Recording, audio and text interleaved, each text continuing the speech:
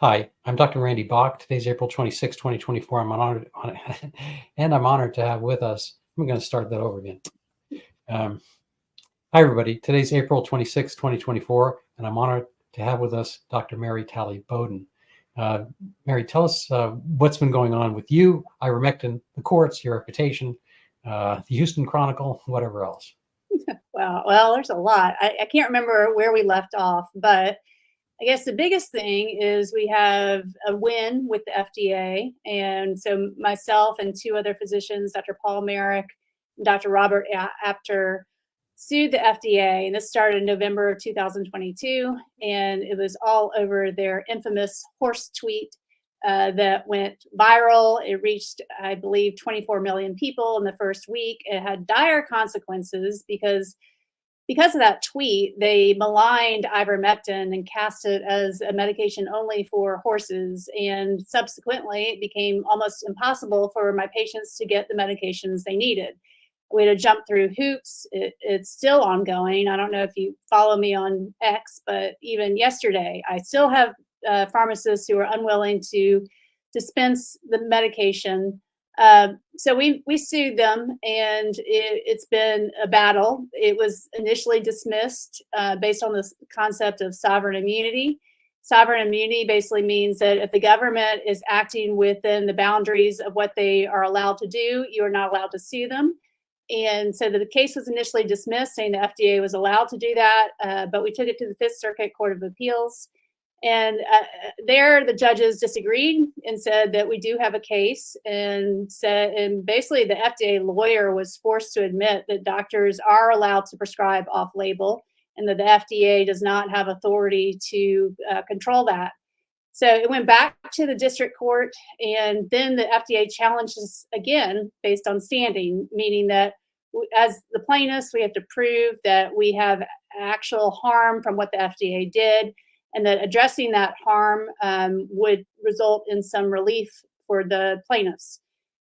And the district judge ruled that I had standing, unfortunately ruled that the other two doctors didn't. Not quite sure why. We don't have a written order on that yet. But nonetheless, it allowed the case to go forward. And at that point, the FDA came back and wanted to settle. And we had to debate, do we settle and take the win? Because they were agreeing to do everything we asked them to do in the first place. We basically wanted the tweets taken down. They also had a page on their website saying that ivermectin cannot be used for COVID. We wanted that taken down. So they agreed to do that, and we had to weigh do we press on, try to get discovery? We decided that that was risky because we could ultimately lose, and the government has ways of not, skirting around discovery, which I have discovered now with my case with the Texas Medical Board, because we've been in discovery and have gotten absolutely nothing that we wanted to get. So we decided to just take the settlement offer, and the FDA was forced to take down the infamous horse tweet and take down the misinformation on their webpage.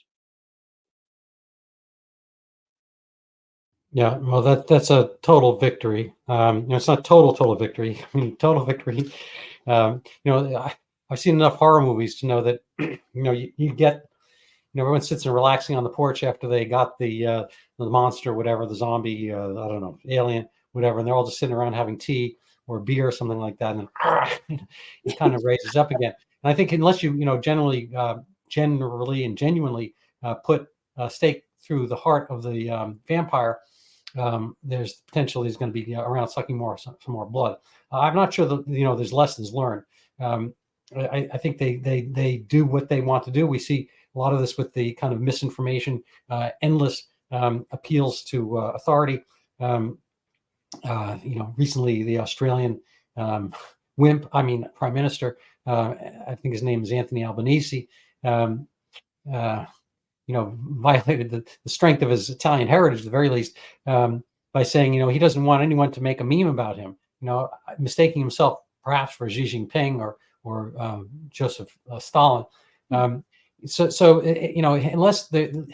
Unless you kind of hit back good and hard. I mean, it's good you have a settlement, and I'd like to hear kind of what the statute structure of that is, and what are the what are the ramifications? Are there going to be any actual changes? Right. I mean, unfortunately, this was not a murder trial.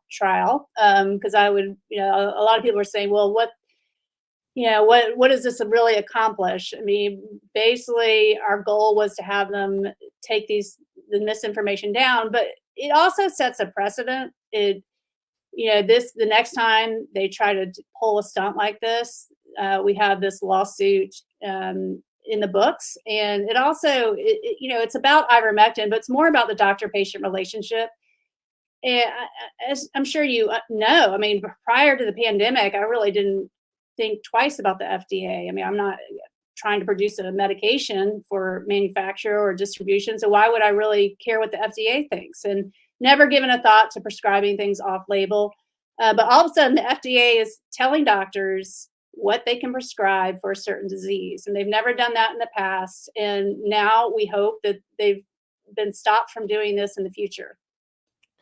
Yeah, no, I hope so. I coincidentally, I don't think it's ironic, but I think it's coincidental. Well, or it's in theme with. I have a case that I put through the First Circuit, First District Court, and then First Circuit Court of Appeals. It's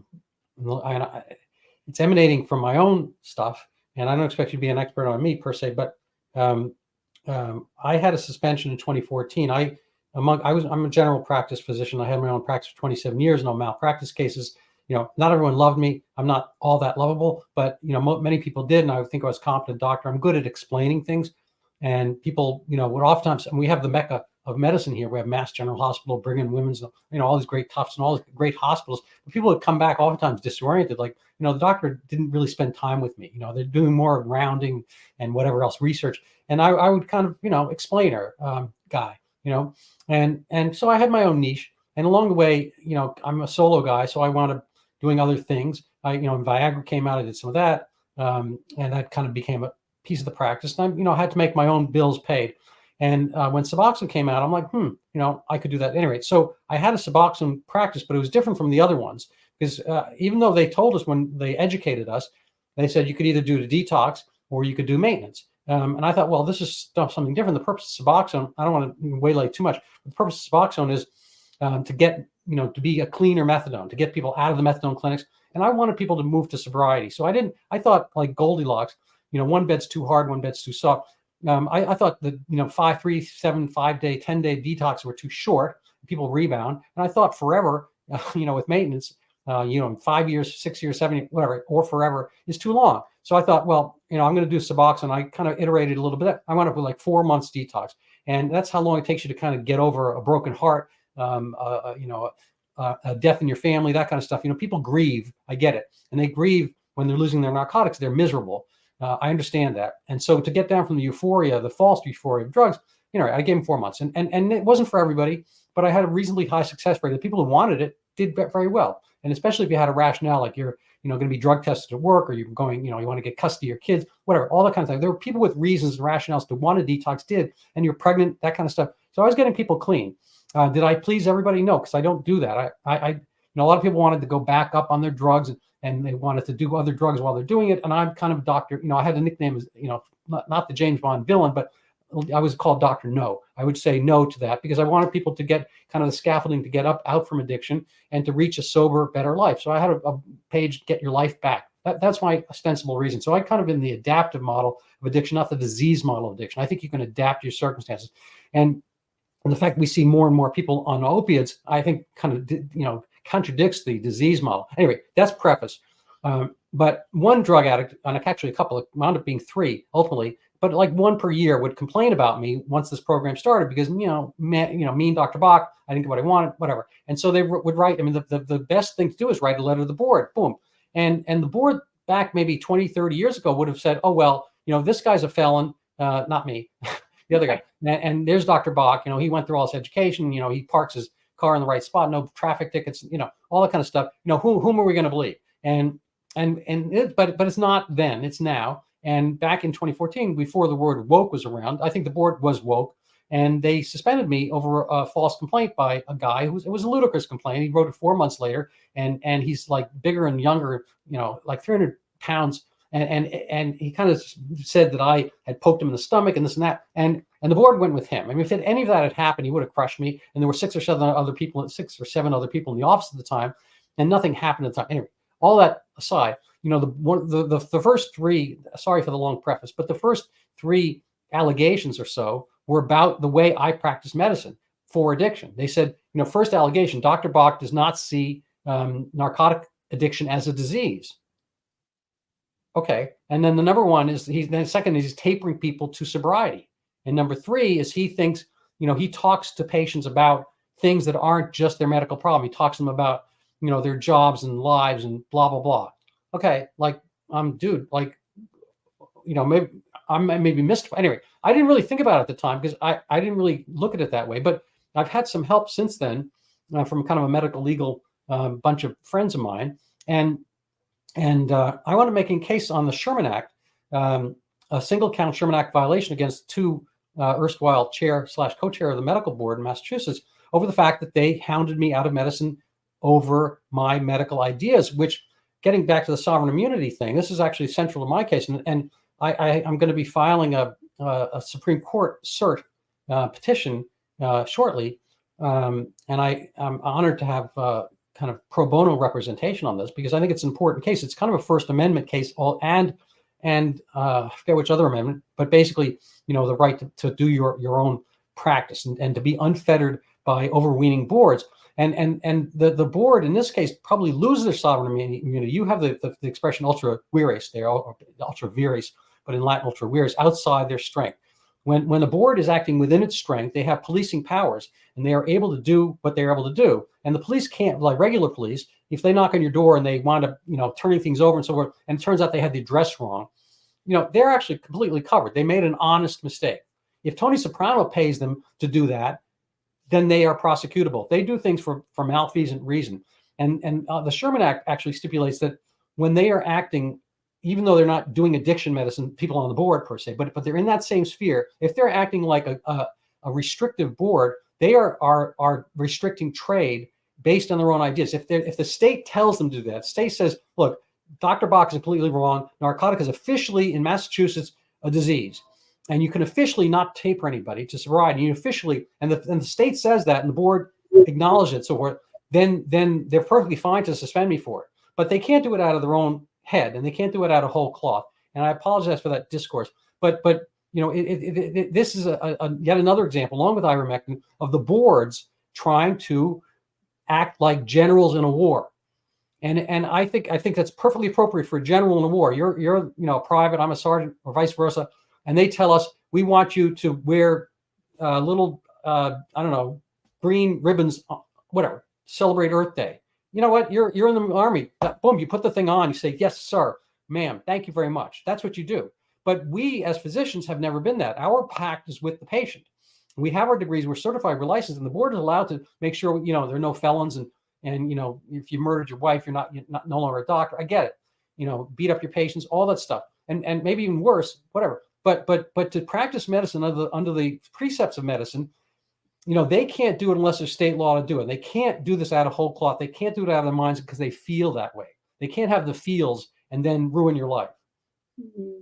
Yeah. Well, I mean, bless you for treating patients that most doctors wouldn't treat, and then doing it, going above and beyond and actually treating them as human beings and having real conversations. And no, it's true. And I didn't have a PA. I didn't have a nurse practitioner. I saw all the patients, and for better, for worse, and I had standards for them, and again, I don't want to talk too much about myself because this is really an interview of you, but I'll just give you one quick example. I had a corrections officer, no pun intended, because he was trying to correct his life, maybe the first time not so well. And he was shuttling drugs in and out of the prisons.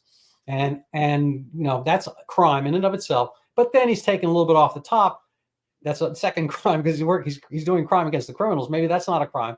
But then he's using it and abusing it and so forth. And so his life was bad. And I gave him kind of the tough love approach and tried to get him off. And, and he's showing up with other drugs in the system along the way. And I don't think that's taken seriously. I'm not going to write you this pseudo morphine if you're going to be taking the regular heroin kind of morphine yourself, with diacetyl morphine, that doesn't work for me. And we, anyway, he wound up leaving my place in a huff, and he's a big guy, and screamed epithets in front of other. This is kind of a difficult part of having that type of practice meshed in with the irregular practice. Anyway, he did all that, so it was embarrassing and so forth. Anyway, I never 5 months later, 4 months, he comes back. I'm like, I don't have, my Alzheimer's not really that bad yet. So I remember you. You're like, you were just here not that long ago, and didn't you scream and call me X, Y, and Z, the biggest leak hole in the whole world? He says, well, yes, I did, and I sort of apologized it, but here I am. I'm having more trouble. Blah blah blah. I said, well, why did you come back here then? He says, well, for my problem, I think I need a bleep hole such as yourself. Basically, a tough love guy. That's what I need. And I understand it's not for everybody at every time. Anyway, I think that people needed you at that time. They didn't, other people could have gone to Dr. Smith, Dr. Jones, and Dr. You name it, Dr. Fauci, et cetera, and gotten, the fifth vaccine or whatever, everything they or nothing, so forth. But I think it's well within physicians' rights to prescribe things off label. Now, I don't think you have the right necessarily to prescribe strychnine or perform euthanasia in your office unless it's Oregon or something like that. But you were working well within the precepts of medicine. I'm wondering if you just kind of, for our audience, talk about the ivermectin story, in your office at that time. So I stumbled into COVID because I was using this lab I'm an ear, nose, and throat doctor, and I was using this lab for patients with chronic sinusitis. They were doing a PCR bacterial test for chronic sinusitis. Then they came out with a PCR saliva test for COVID. And my office is located in a strip center, so it's very easy. Patients could come up into their cars. We'd hand them a cup. They would stay in their car, spit in the cup, and there'd be contact free. And so my little clinic exploded because fast turnaround times. And then I would tell people, go see your primary care doctor for treatment. And we know how that went down. They'd come back and say, well, my primary care doctor said, don't do anything until you can't breathe and go to the emergency room. And that didn't sit well with me. So initially, I didn't know about ivermectin for a little bit. And I just used common sense. I used breathing treatments, steroids, antibiotics. And then when monoclonal antibodies came out, I started using those. Those worked very well. Then the government took over distribution. It became harder and harder to get them. And that's when I started using ivermectin. I was nervous about using it because of all the hype. I didn't think it would work. And I thought, well, it must not be safe. So I went to the FDA's website and I dug into it deeply. I looked at the toxicity studies when the drug was approved by the FDA. And I also did a literature search looking for accidental, intentional overdoses from ivermectin, and could not find anything concerning. So I started to use it with skepticism because I thought, well, it's not going to work. But now I've treated over 6,000 patients, and everybody that received early treatment is alive and well. And I honestly have more people complain of side effects with all the antibiotics I use than I do with ivermectin. Yeah, no, I mean, it's a funny thing. I mean, I think there's a Nobel Prize associated with the invention of ivermectin. It's been around, and it's technically not an antiviral, but physicians have had long-term the use to use medications off-label. I think we discussed this on our last visit together, and people can find that. But since we're here now, I might as well say it for our new audience, unless there's overlap. But Viagra, which arguably could have prevented World War II if it had been invented, 100 years before. I think, Mr. Adolf, I can't remember his last name. I think he had some sexual frustrations and so forth. And if Viagra had been around, God knows, I mean, maybe he would not have had the animus against other people in groups that he might have had, out of, issues in his own life. We'll leave it there. But Viagra was a cardiac medicine, and I guess, I mean, it didn't ever get approved that way. But in a sense, that was off-label use right from the beginning. They found out it had a secondary usage. Whoever was taking it for their opening up their arteries, they had other things open up for them, other vistas and whatnot. And people use finasteride as Propecia for your hair, but it was a prostate medication. And the other one, Rogaine, was a blood pressure medication. People were taking blood pressure medication, and I don't know if they rubbed it on their head somehow, and they found they're growing hair. Okay, great, wonderful.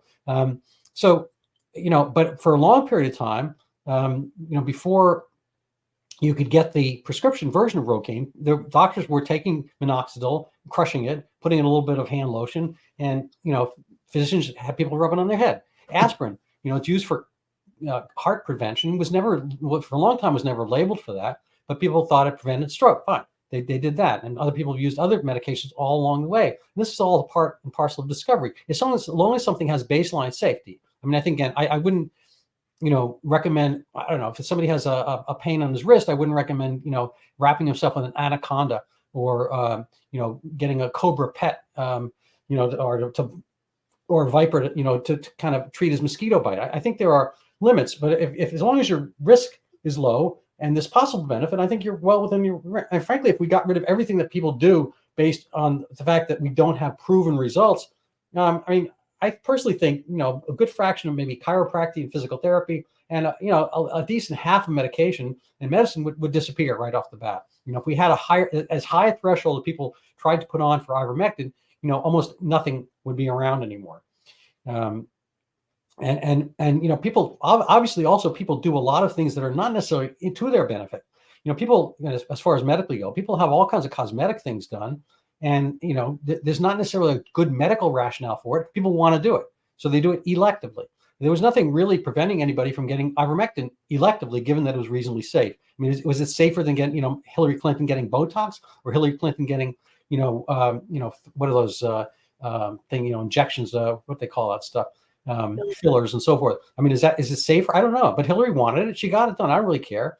And if she wanted to get ivermectin at the same time, 7 years ago, when she was getting her Botox, I mean, who cares? Nobody cares, really. It seems like it's a pact between you and the physician, as long as you are, again, doing no harm.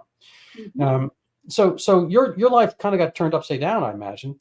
Are you still doing Breathe Med and your ENT stuff? And how did your business go?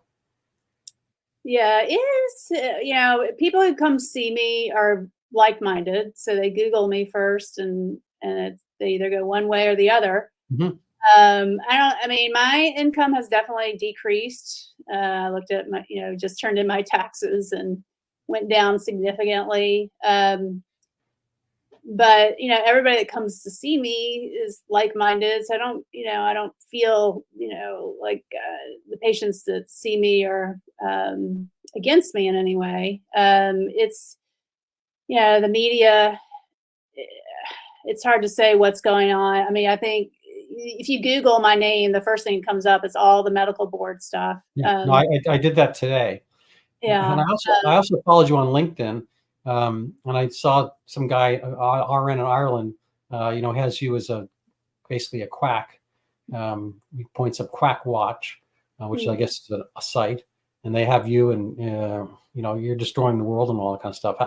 Do you deal with those things? Do you answer them? I mean, what? Yeah, it used to bother me. Now I just laugh. But sometimes I answer them but I don't lose any sleep over people like that anymore. Just because, I've built a huge following on X. I have over 300,000 followers. And you look at other doctors like myself, and, our accounts are huge, much bigger than the other side. Now we don't have CNN and mainstream media backing us, but I feel like, they're losing steam. And it's just, I do feel like public sentiment is changing, especially when you look at the uptake of the latest booster. I think we're up to 9 shots now, and the numbers vary, but I'm pretty sure fewer than 10% of the population is continuing to get these shots.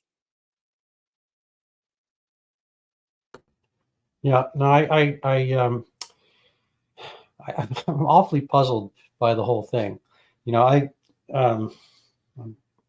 would venture to say I'm older than you. I remember a time back in the deep dark ages.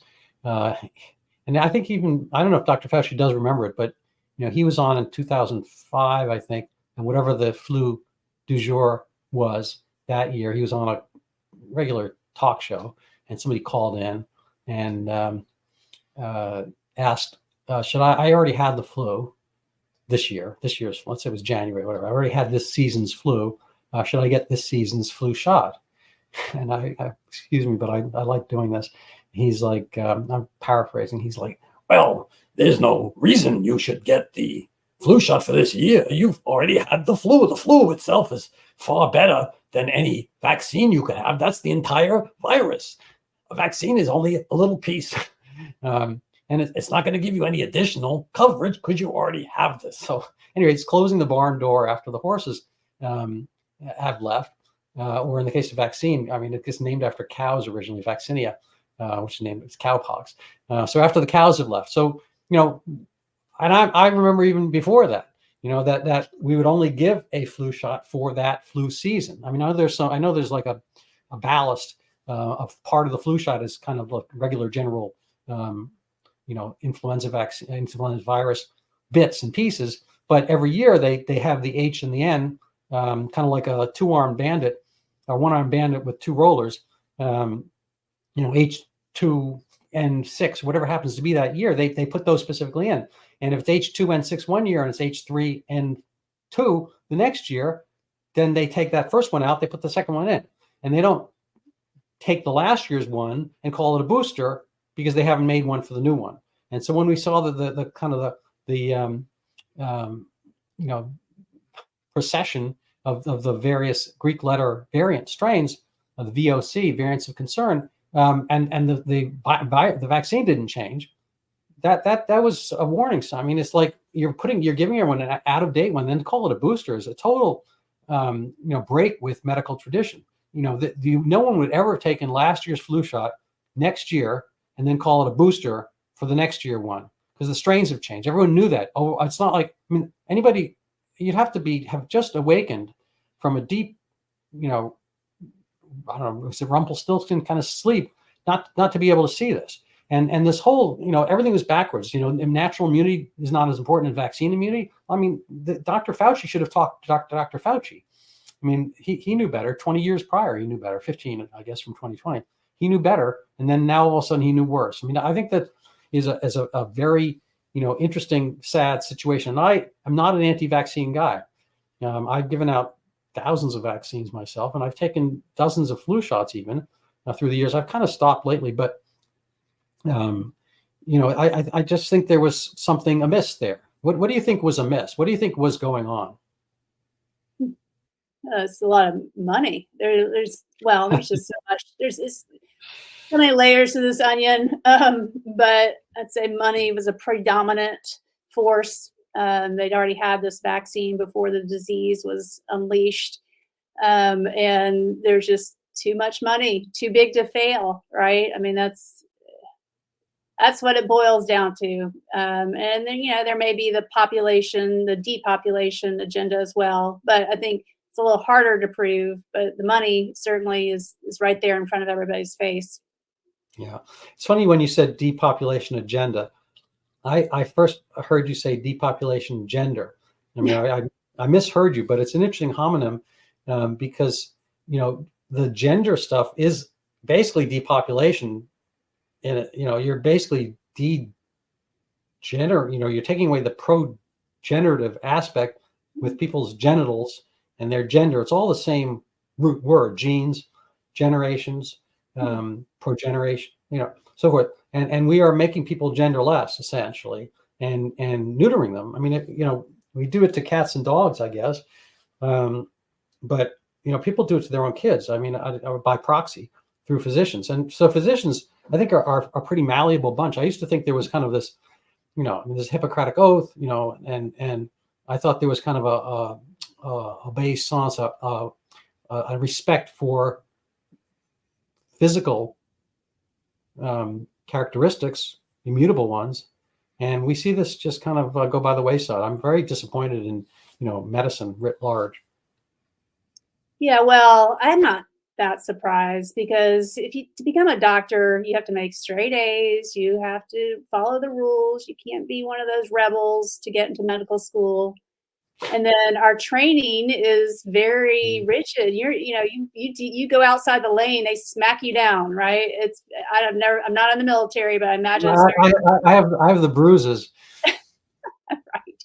I do. I mean, I have a little bit of PTSD from residency. You know, it was not a warm, fuzzy place, right? And you learned not to.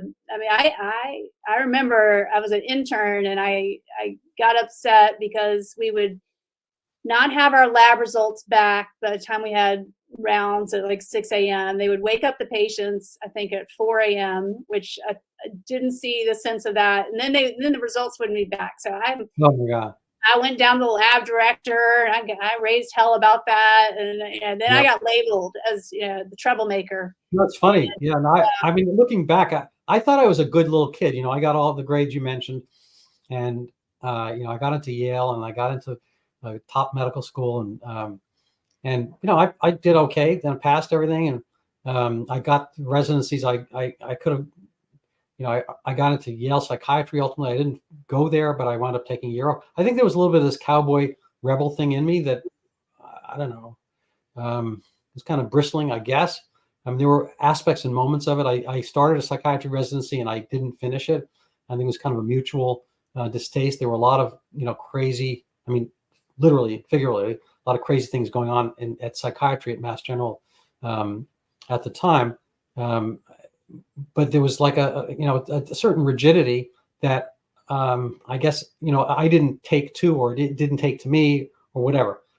People, I don't want to go into, it's not, I don't want, it's not time for Randy history hour, but I think there were signs on the wall, and you know, I don't think that what happened to me should have happened to me, but I was kind of on the edges in a sense by having my own practice, and it just gave me the opportunity to think about the things I want to do. You know, there were these polls of our doctors satisfied in their practice year after year. I was always very, I mean, when I started working for myself, I was always very happy, and I didn't have an enormous practice, but I had, again, you know, there's a little expression that people look like their dogs, that they kind of pick the dogs that are like them, and in a sense, I don't want to call my patients dogs, but in a sense, the people who wanted the type of things that I could bring to them came to me, and the ones who didn't. So it's a self-selecting iterative process over, you know, 27 years I had that practice. And there were a lot of people who wanted themselves some Randy Bach, and they got it. And a lot of people didn't, fine. But I didn't have the unhappiness in medicine because I had my own staff. They were receptive. I saw all my patients, and, you know, everything got worked out. I think there's a lot of frustration in medicine amongst doctors because they are in this position where they are trained to be, you know, Green Berets, but they are actually just in the food line. They're just, you know, they are more like the privates in the military on KP, or, you know, barracks duty or whatever. And so I think they get this, you know, they think they're physicians and they are professionals, but they're very locked into a system, and the system has its own rigidities that is guiding things for them. So I think the fact that you and I are both, you know, different, obviously, but in our own types of practice and running, I think you run your own show. I think, you know, gives a different way of thinking about things, and gives you the ability to kind of look back and see what's what, and try to gauge and figure out the best thing. You know, I wasn't doing crazy stuff. You know, I was handing out blood pressure pills and, you know, giving insulin for diabetics. You know, I wasn't trying to reinvent medicine. But when people did have quandaries or queries about things they wanted to do, you know, I just didn't have some kind of like top-down dictum that I had to follow. And you know, I mean, the irony is I didn't practice during COVID. I had my license back in 2020, but I was kind of, you know, my resume had PTSD, basically. I mean, nobody wanted to hire me for the suspension, and so I wasn't getting much work. I was getting work on the margins. You know, people wanted to talk out their COVID questions and vaccine questions, and so forth. But, you know, had I been in practice then, or frankly in practice now, when people come in and they want to, you know, self-castrate and stuff like that, I don't know how and what I would do. I mean, it's just like, I am practicing now part-time, but those things that haven't come up. It's just, I think, a difficult place that people find themselves when medicine gets political. Mm-hmm. Yeah, but yeah, I was very anti, don't mix medicine and politics at the start of the pandemic. So I thought it weakened the argument, and now I just feel like it's unavoidable. I mean, if we don't get our politicians involved, we're running down a very slippery slope. Right. I mean, and unfortunately, it's only just to keep keep the field clean. It's basically like I'm going to make a terrible example. I'm sorry, but basically, let's say there's a soccer game going on. I mean, everyone on the field knows the rules. They've been playing soccer forever, and they have game after game after game. And it turns out other people are putting landmines on the field, and soccer players are blowing up. Whatever. It's like now all of a sudden you need like a mine sweeper for soccer. It has nothing to do with it. It shouldn't be there in the first place. But you have to clean the field so people can play soccer just as they always were. It has nothing to do with soccer. Nothing to do with the players. We all know how to play. We all know the field is. And the example, I mean, terrible metaphor, I'm sorry, but the first one I can think of. But the example here is that we need politicians to mind sweep for us because people have been putting these things that are extraneous to the practice of medicine on our field of practice. And I think that's a sadness. I think the ivermectin story and it is hugely instructive. I mean, the fact that something was a horse dewormer has nothing to do with it being something else. I mean, horses do take antibiotics. You know, they take, you know, they don't actively go to Walgreens or CVS. And you know, the hard thing is they can't get the prescriptions out of their pocket with their hooves. But anyway, it's like, but you know, they've been given penicillin endlessly, and so have cows and so forth. And that doesn't mean because it's a horse antibiotic or a cow antibiotic that we should stop taking it. I mean, it's idiotic. It's just a stupid rationale. So somebody in marketing came up with that, and then they use it as if that has some sense. You know, if we stop taking everything that we're given to dogs, cats, cows, and horses, then there's, you know, I don't know what percentage, but a lot of our medicines would disappear. My dog got an antidepressant. This is a few dogs ago, but he got an antidepressant. But that means, oh my God, that's dog medicine. Stop giving antidepressants. Well, maybe that's a good idea. Maybe it's not. But I wouldn't do that change based on the fact that a dog had gotten it. I mean, that's nonsensical. I mean, I don't even know what to do with it. So can I ask you, I mean, the settlement you got, was that financial? Was that a stipulation? What kind of thing happened? I don't need to know the numbers if it is financial, but what kind of satisfaction do you get from this? Yeah, there's no money, unfortunately. Really? Oh yeah, no money. It's just setting a precedent, basically, and I think it permanently stains their credibility. And now it's going to take we have to reverse 3 years of propaganda. So I haven't seen any immediate changes in public sentiment, or, you know, the pharmacists aren't really backing down yet, but they've been at this for 3 years with billions of dollars backing them. But it sets a precedent. And so what is literally the settlement then? So what happens in the settlement? What do they say and do? They had to remove the tweets. They had anything on social media they posted that basically directed the public not to take ivermectin for COVID. So they had to take down their tweets. They had to take down a web page. So I know it seems like no heads. victory, but like I said, it sets a precedent. Huh. Well, and had you not settled, where would it have gone? I mean, was there anything else to happen? Could you, was there? They agreed to what we were seeking. So it's not like we were going to gain more other than discovery. So we could have gotten maybe some, but it wouldn't have impacted the outcome of the case in terms of what we were trying to accomplish. Right. Now, and plus you had to, I assume you or, you know, some group had to pay for your legal expenses, or did you get those reimbursed? Well, the lawyers were doing it pro bono. So what's next on the Mary Talley Bowden stage? Or is it Bowden? I'm Paula. No, Bowden's correct. I'm dealing with a medical board, and that started 2.5 years ago. And actually Monday, I was supposed to go to trial with them. So they just postponed that until September or October.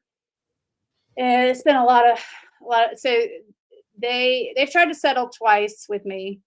But I have refused because it will leave a mark on my record. And so we were taking it to the next level. We were supposed to have an open trial next week where I could bring my witnesses and my experts. Well, they shut down my expert. They gave him 3 days notice. to do a deposition, and he had surgeries scheduled and couldn't do it, and they wouldn't let him reschedule. So we appealed that, and the judge agreed to let us have an expert, but now we have to wait 6 months to do the trial. So just to clarify, what's this about? Did they suspend you? What was what's the charge? The process? What was it? So I had 2 hospitals, and I don't know why, but these complaints were lumped into one. Basically, Methodist returned me in because I resigned. They're saying I was suspended or under investigation, but we have no evidence showing that I was actually under investigation. But they launched a PR attack against me, and they said they suspended my privileges, and the way I found out was from a reporter sending me a text message asking me to confirm, is it true that your privileges have been suspended? And I did a double take. I was blindsided. I had no idea what they were talking about. And then I go on Twitter, and Methodist is tweeting about me saying that I'm spreading dangerous misinformation that's harmful to the community. And I mean, the story went global. I had people from Australia reaching out to me, good and bad. And it just, it was a huge deal to me. And I resigned because I didn't want anything to do with that hospital. And then they turned me in the medical board for resigning.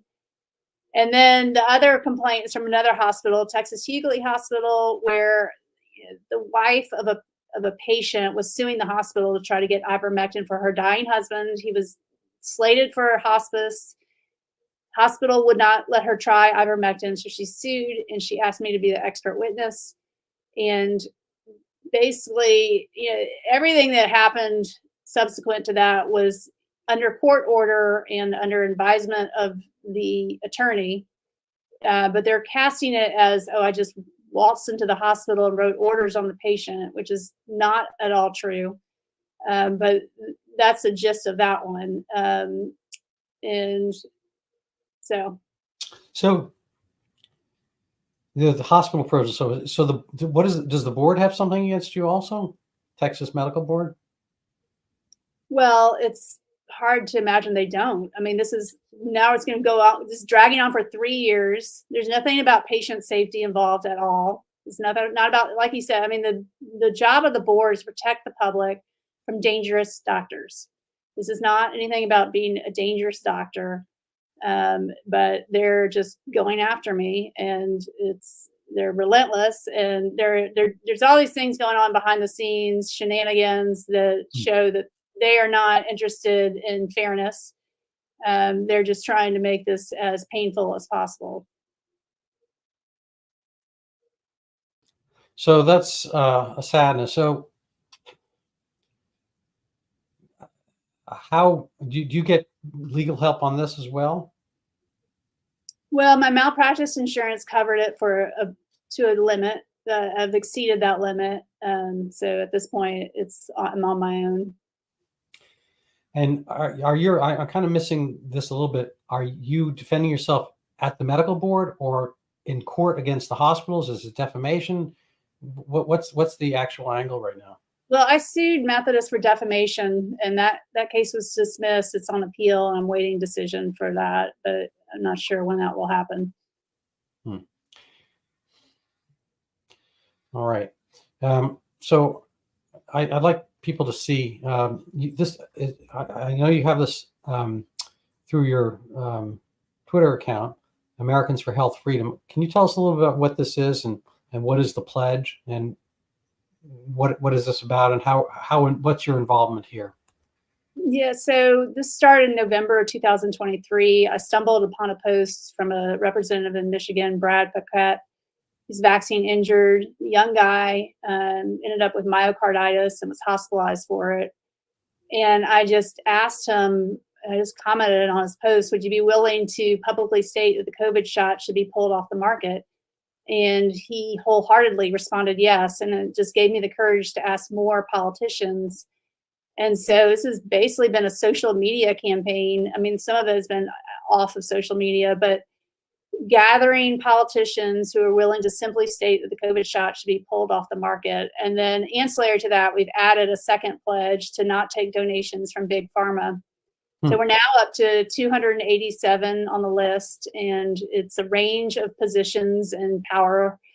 We have, city council members and school board members and precinct chairs, but we also have, Senator Ron Johnson, Marjorie Taylor Greene, Thomas Massey. We have the Surgeon General of Florida. So it's just a wide range, and it just keeps growing.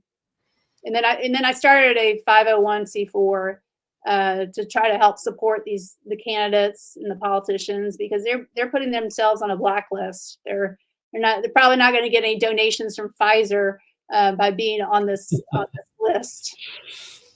Yeah, I think there's a world of regulatory capture. Are you familiar with that term? I think that that our Fauci-like humans do nice things for the pharma, and then the pharma later on do nice things for them, and potentially before later. So I think who was the head of Tom Frieden, MD? He was the health commissioner under Bloomberg in New York City, and he wound up being Obama's head of the CDC. And then he had these sexual peccadillo, no pun intended, regarding one of his wife's friends or something, kind of. Anyway, but he seems to have landed. I mean, he lost stuff, but he's landed on his feet. He's got like a $500,000 sinecure job at this, nice sounding cardiac-ish kind of thing. I can't remember the name of it, but it's something like, have a heart or whatever. I could find it if I had to, but it's something that you'd have a hard time getting. You'd have a hard time getting, and despite the fact that you have a flawless record, these $500,000 jobs, just for your name, whatever. But so I think it has to do with favors granted, favors received. That Tom Frieden is not Randy Bach. He's not, Mary Talley Bowden, and he's him because he had this stuff. So he, favors granted. He gets to run this thing, despite the fact that he's sort of an embarrassment having pled to these sexual charges. I think they're misdemeanors, but still, that's one more misdemeanor than I've pled to. And I think it would be a hard time. But so I think it's kind of, they take care of their own, I guess, is my point. And I think you're making a reasonable point. And I don't think it's exclusive to medicine. I think this is kind of a standard wraparound kind of thing that happens between officials and those upon whom they theoretically, doing their bureaucratic special powers. Anyway, that's again, something we have to watch out for. So, any final words for us? No, I mean, I think I'm glad that you're still interviewing people about COVID, and then I think we still need to keep pressing. Next week, May 1st, so the COVID committee in Congress is interviewing Peter Daszak. I'm excited about that. Yeah, really? And also Brooke Jackson's case on May 1st is going to be heard in the district court in Beaumont. Yeah, she's the RN, is that right? No, she's a Pfizer whistleblower. She I remember that. Their research and expose the fraud. And so May 1st is a big day. I hope people will be, so I don't know if you have I don't know if you've personally read my I'll put this up here. So Peter Daszak, you mentioned, I write for Brownstone, and this is EcoHealth Alliance's Wuhan virus dalliances. It sort of rhymes. It's how long is the article? I don't know. Listen to 13 minutes of listening to it. So this is probably a 10 or 15 page article, something like that. This goes over the whole EcoHealth Alliance issue, and I don't know why it's kind of lost its proper footing here on the left side. Anyway, I don't know if anybody in Congress would like to read this, but I think it kind of covers the whole story pretty well. I spent a lot of time on this, and talks about it's kind of the companion piece to my Dr. Fauci article, which I'd written a couple weeks before. And oddly enough, somebody from EcoHealth Alliance objected to my article. So the article for the article on Dr. Fauci is this one here, Dr. Fauci's own gain of function. And so we've talked a little bit of Fauci here. And at one point I mentioned EcoHealth Alliance, and the people from EcoHealth Alliance wrote to Brownstone and were like, oh, we don't like the way you are characterizing us as being involved in gain of function research in Wuhan. Like, but you were involved in gain of function research in Wuhan. And they had, apparently when I did a thorough search of his letter and I took certain phrases out, apparently he had written that same letter. He's kind of the hack, PR hack. He written that same letter to a bunch of other people, like basically cease and desist. And if it works, it worked, I guess. But, you know, I take those kind of things as a challenge. And so I just kind of, you know, got out my digging tools and did further work. And I think there's a huge complicity. I mean, frankly, you know, I don't know how deep the well goes, but, you know, I think EcoHealth Alliance was essentially a CIA cutout. And we were going to be, I don't know if you know, remember, I used to read Mad Magazine. It was a great cartoonist from Cuba originally, Antonio Porgias. And he did Spy versus Spy. I don't know if you ever saw that comic book. It's a fabulous comic. My kids loved it decades later. Anyway, it's a little bit Spy versus Spy. I think we had EcoHealth Alliance in Wuhan so we could watch them.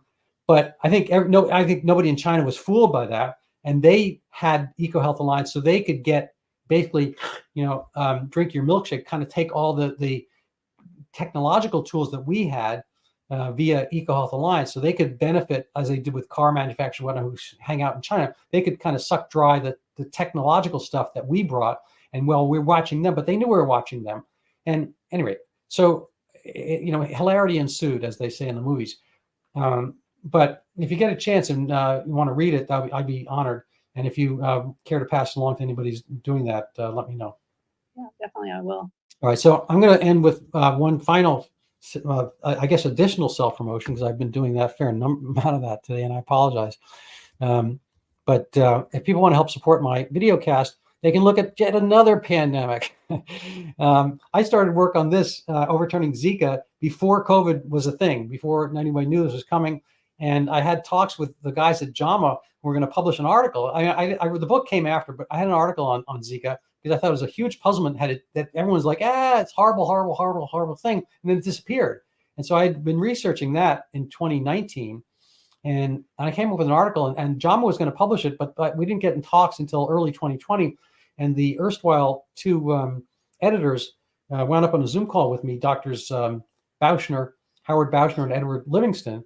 And they were the chief and then the medical editor.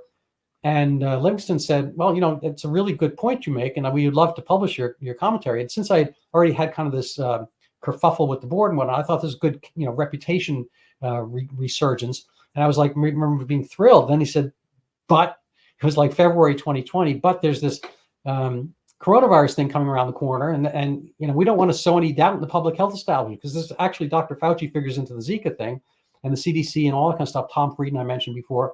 And so we don't want to sow any doubt in the public health establishment. I'm like, well, dude, you know, in my mind, dude, isn't that your job, to sow doubt everywhere? Isn't that the purpose of a medical journal, scientific journal, to sow doubt? It's how progress, you know. So I didn't have those great words there at the time. I'm like, well, but I think that's still our job to, you know, come to terms with Zika, because there are billions of people on Earth in the tropics who will need to know this. He's like, yeah, you have a point, but no, we're not going to do that. When COVID should just be a couple of weeks, or he didn't call it COVID. This coronavirus should be a couple of weeks, and then we'll get back to you.